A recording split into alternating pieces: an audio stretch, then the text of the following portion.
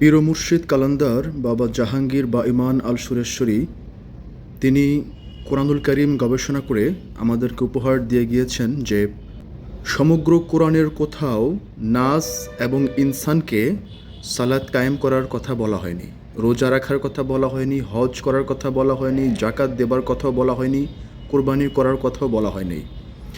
এমনকি যারা মুমিন তাদেরকেও সালাত কায়েম, রোজা, হজ, জাকাত, কোরবানির জন্য আদেশ দেওয়া হয় নাই। নবীদেরকে দেওয়া হয় নাই, রাসূলদেরকে দেওয়া হয় নাই, উলিয়াম মুর্শিদদেরকে দেওয়া হয় নাই, আব্দুহুদেরকে দেওয়া হয় নাই, সাহেবদেরকেও দেওয়া হয় নাই, সদেকিনদেরকেও দেওয়া হয় নাই, সবেরিনদেরকেও দেওয়া হয় নাই, মুত্তাকিদেরকেও দেওয়া হয় নাই। যদি সরাসরি সালাত কায়েম করা, জাকাত দেওয়া, হজ করা, রোজা রাখা, কোরবানি করার মতো এবং আমলে সালেহা করার মতো সুনির্দিষ্ট আদেশ যাদের উপর এসেছে তাদেরকে কোরআন বলছে আমানু। মুমিন অর্থ বিশ্বাসী, আবার আমানু অর্থ বিশ্বাসী, শাব্দিক অর্থে। এ কারণে আমরা সাধারণ মানুষ এ দুটো দর্শনের ভেতরে আসলে পার্থক্য করতে পারি না।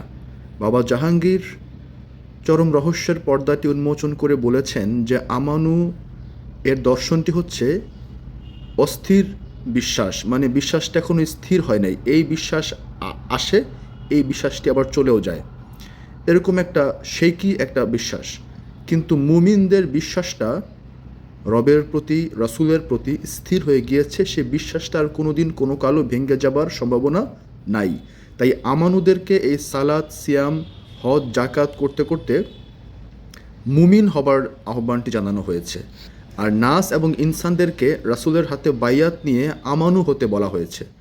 রাসূলের হাতে যখন বাইয়াত নিবে, যুগের রাসূলের হাতে, পীরের হাতে, মুর্শিদের হাতে যখন বাইয়াত নেওয়া হবে, তখনই তার উপর রাসূলের আদেশ নির্দেশ অর্থাৎ সালাত, সিয়াম, হজ, জাকাতের প্রয়োগ পদ্ধতিগুলো তার উপর বর্তাবে বা ফরজ হবে।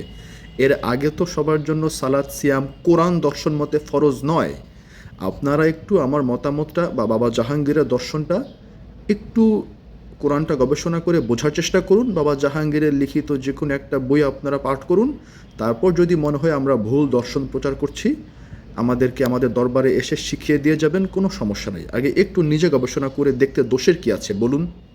আসসালামু আলাইকুম।